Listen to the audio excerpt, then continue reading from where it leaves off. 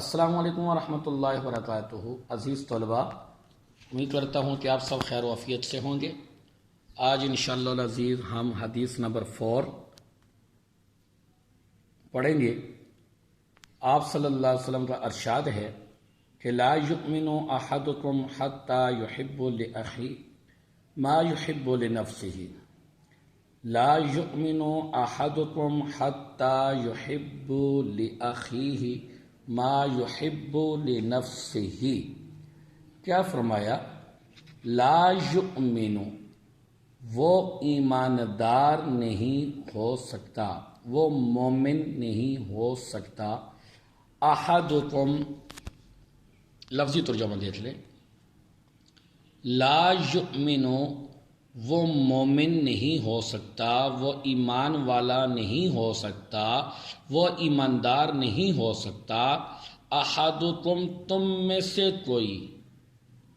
سے کوئی شخص، حتی یہاں تک کہ یحب، وہ پسند کرتا ہے، وہ چاہتا ہے، لاخیہ، اپنے بھائی کے لیے، لاخیہ، اپنے بھائی کے لیے، ما، اس چیز کو، ما یحب، وہ چیز جو وہ چاہتا ہے، وہ جو پسند کرتا ہے، لنفسہ، اپنی ذات کے لیے، اپنی ذات کے لیے۔ ٹھیک ہے، اب لفظی ترجمہ اس کا ہم دیکھ لیتے ہیں کہ تم میں سے کوئی شخص اس وقت تک مومن نہیں ہو سکتا جب تک کہ وہ اپنے بھائی کے لیے وہی چیز پسند نہ کرے جو وہ اپنے لیے پسند کرتا ہے۔ عزیز طلباء، عنوان دیں گے اسلامی اخوت کا تقاضا، اسلامی اخوت کا تقاضا۔ اگر ہم سب سے پہلے آتے ہیں تو آپ اپنے پاس ایک لفظ ایڈ کریں گے، اخوت کے لفظی معنی، اخوت کے لفظی معنی۔ اخوت کے لفظی معنی ہے بھائی چارہ۔ اخوت کے لفظی معنی کیا ہے؟ بھائی چارہ۔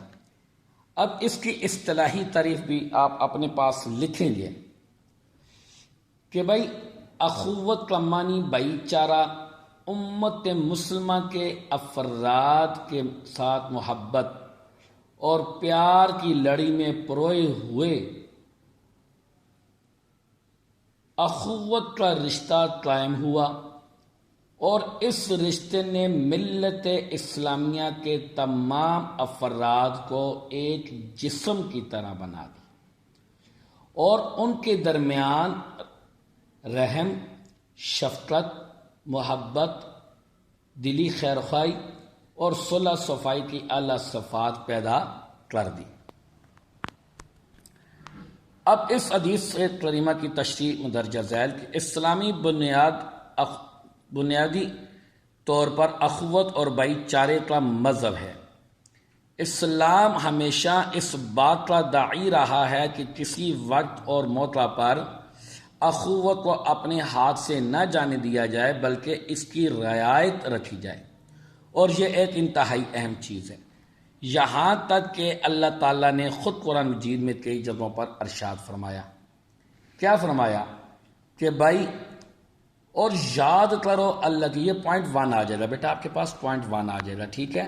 اور یاد کرو اللہ کی اس نعمت کو جو اللہ نے تم پر کی ہے، یعنی کہ تم دشمن تھے آپس میں، تو اللہ تعالیٰ نے تمہارے دلوں کے اندر الفت پیدا کر دی، محبت پیدا کر دی۔ پس تم اللہ کے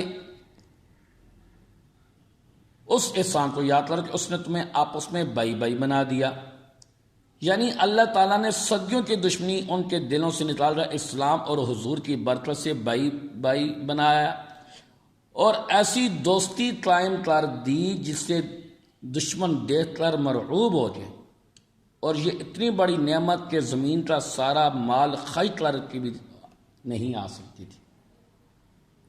ٹھیک ہے عزیز طلبہ، اب جی مسلمان آپس میں بھائی بھائی، دوسرا پوائنٹ آ گیا آپ کے پاس، حوالہ قرآن، بے شک تمام مسلمان آپس میں بھائی بھائی، یعنی تمام مسلمان کے جنہوں نے کلمہ طیبہ پڑھا، جنہوں نے کلمہ طیبہ پڑھا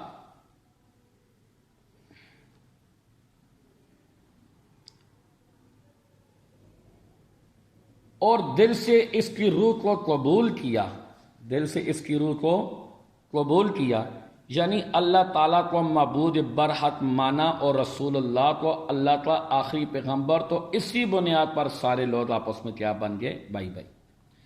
انسان اپنے حقیقی بھائی کے لیے محبت، ہمدردی اور خیر خواہی کے جذبات رکھتا ہے، تو اسی طرح اپنے مسلمان بھائی کے لیے بھی رکھنے چاہیے۔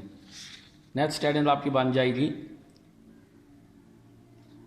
اس حدیث کا مقصد یعنی بھائی چارہ، اخوت کی اہمیت کو اجاگر کیا گیا ہے۔ اپنے مسلمان بھائی کے لیے وہی چیز پسند کرو جس طرح تم اپنے لیے پسند کرتے ہو۔ پسندیدہ چیز کا مفہوم، بیٹا ہیڈنگ بنی ہوئی ہے پسندیدہ چیز کا مفہوم۔ اس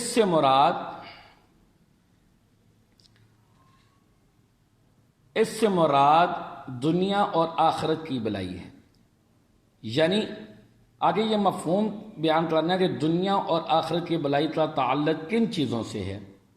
آخرت کی بھلائی یہ ہے کہ نیک اعمال کی سعادت نصیب ہو، قیامت اور قبر کی سختیوں اور عذاب جہنم سے نجات حاصل ہو، اور اپنے اعمال صالحہ کے سبب اللہ تعالیٰ کے فضل سے جنت میں اعلیٰ درجات حاصل ہوں۔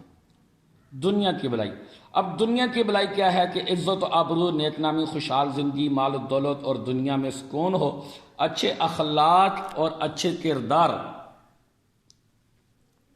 اچھے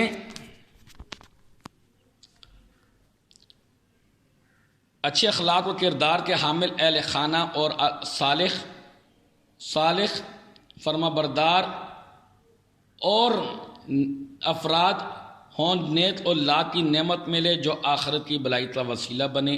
جو مسلمان دنیا اور آخرت کی بھلائیوں کو جیسے اپنے لیے چاہتا ہے، اسے چاہیے کہ وہ بھی انہیں سارے مسلمان بھائیوں کے لیے بھی ہونی چاہیے، کیونکہ یہی کمال ایمان اور اخوت کا تقاضا ہے۔ اب بیٹا حاصل کلام ہو جائے گا۔ اس حدیث مبارکہ کا حاصل کلام یہ ہے کہ ہمیں بھی چاہیے کہ اپنے جذبات اور احساسات کو حضور کی تعلیمات کے مطابق بنائیں تاکہ ایمان کامل ہو اور معاشرے کے اندر اخوت جیسی عظیم صفت پیدا کر کے امن و سکون والی زندگی حاصل ہو۔